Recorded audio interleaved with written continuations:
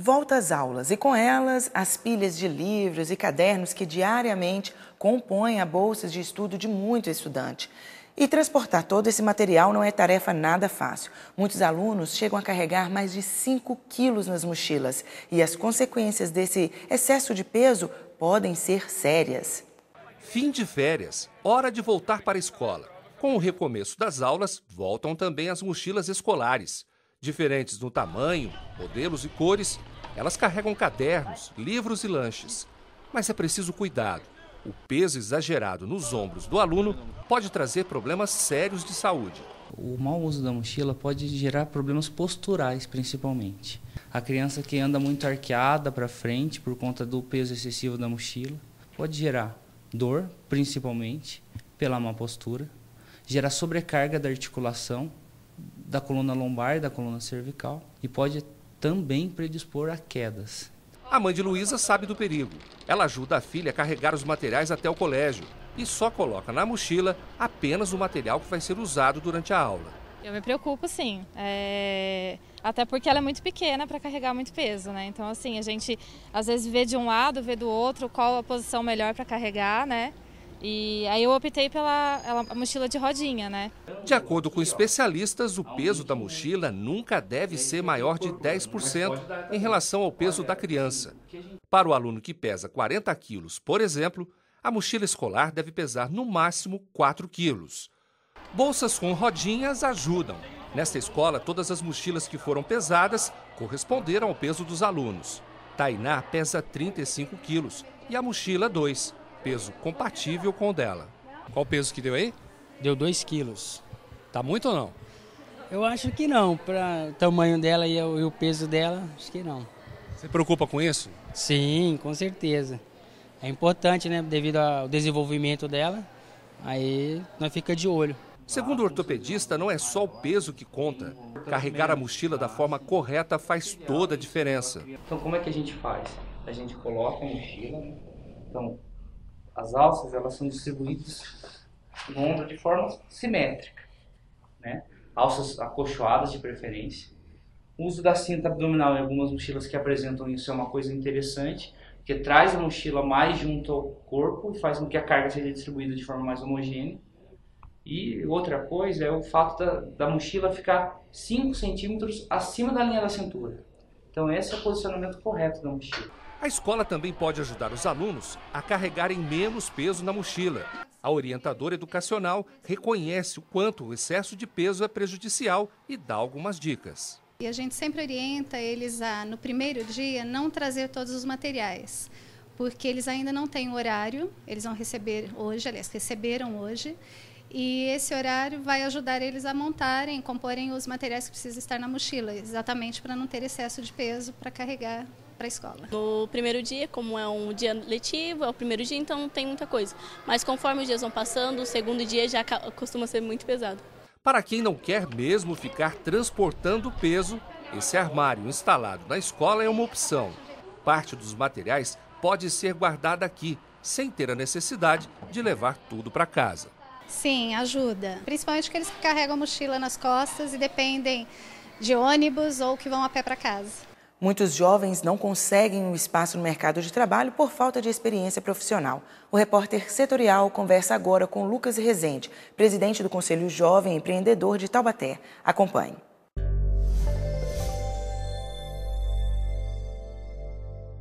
Eu escuto muitos jovens se queixando da falta de oportunidade quanto ao primeiro emprego. De fato, é real.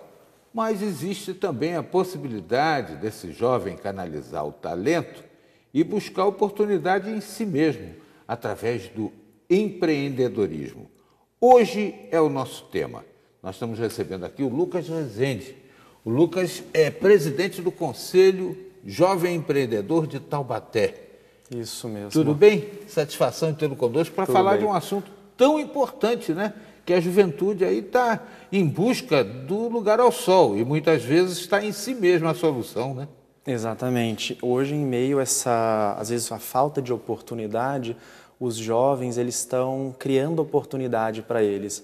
E o empreendedorismo entra em cena nesse momento. Muitos transformam hobbies em fonte de renda. Então a gente tem desde empreendedores que trabalham em festas, em organização de evento, em restaurantes, em escolas. É um segmento muito variado, né? Eu vejo muita gente cheia de ideias, sobretudo na juventude. Jovem tem aí realmente muita vocação, mas às vezes falta ele canalizar, né, esse talento, pôr isso para fora. Como é que funciona o CAGED? Bom, o COGED ele tem como princípio, né, ele funciona dentro da ACIT, né, a nossa associação comercial, e o objetivo do COGED, a gente tem reuniões regulares, toda segunda, terça-feira do mês, a gente une os jovens de Taubaté, da comunidade de Taubaté, para discutir sobre vários temas. Nós temos várias iniciativas dentro do Conselho para realmente fomentar o empreendedorismo na cidade.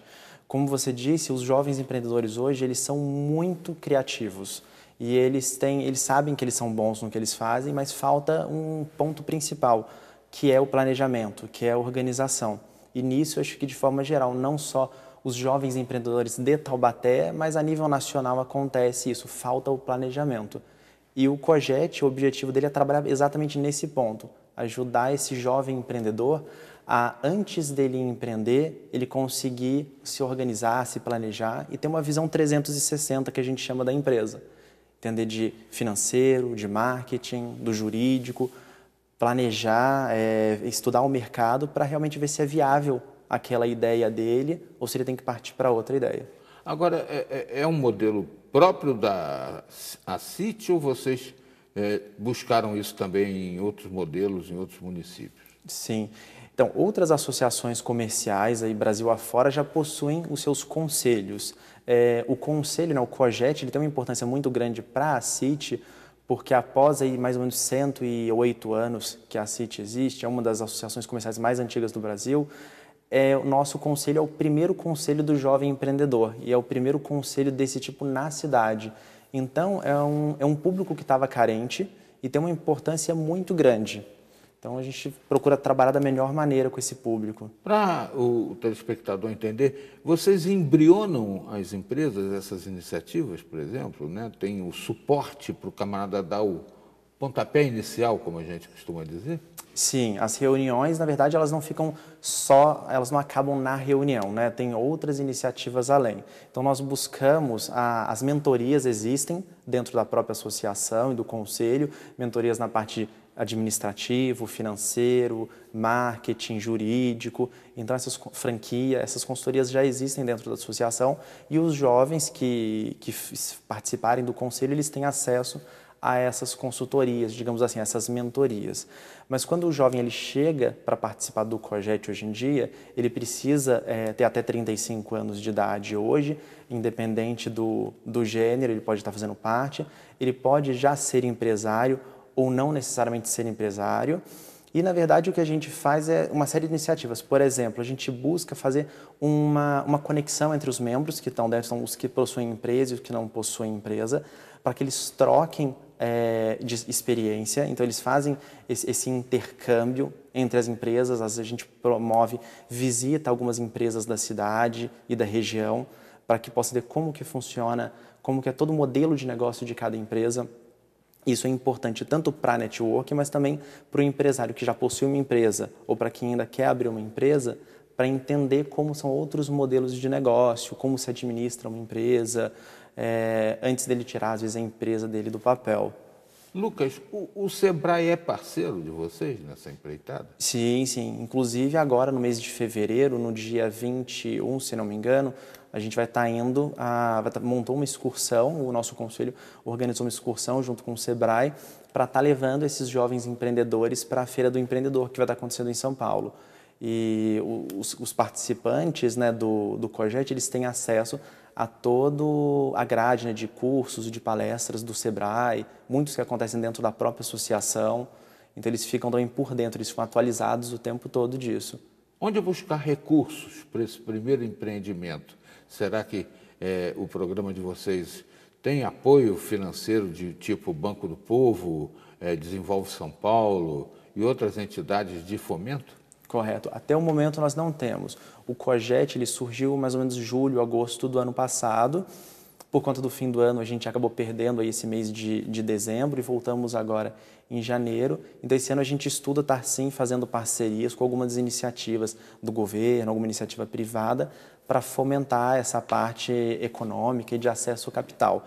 O que a gente ajuda realmente é direcionar ele, falar, olha, existe essas linhas, esses tipos de linhas de crédito, a gente tem o famoso investidor anjo. Então, às vezes, a pessoa ela tem uma ideia muito interessante, as famosas startups, e por ser muito jovem, ele ainda não consegue ter acesso a capital. Às vezes, o investidor anjo é uma boa chance dele conseguir ter acesso a esse dinheiro. E, às vezes, o que a gente diz é que o investidor anjo, às vezes, está dentro da própria casa dele. Às vezes, é um primo, um tio, é alguém que se associa ao negócio e que investe naquela ideia. Agora, um detalhe muito importante, né? Eu tenho certeza que o telespectador vai me dar razão. Aqui na região é muito comum o sujeito abre uma loja de açaí. Aí no dia seguinte, 300 lojas de açaí, acaba fechando tudo. Aí o outro abre uma firma de vídeo. Aí 300 abre firma de vídeo. Aí depois o camarada abre... Agora tem o negócio dos hotéis, né? Aqui em Pindamonhangaba, por exemplo, tem hotel que eu acho que não vai ter hóspede para tudo.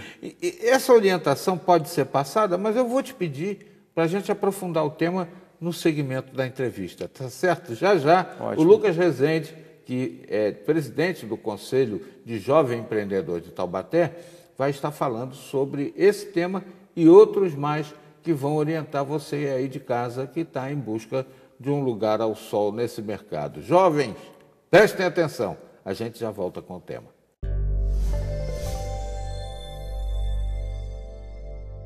Animais de estimação também recebem cuidado de babás aqui da região. Voltamos já.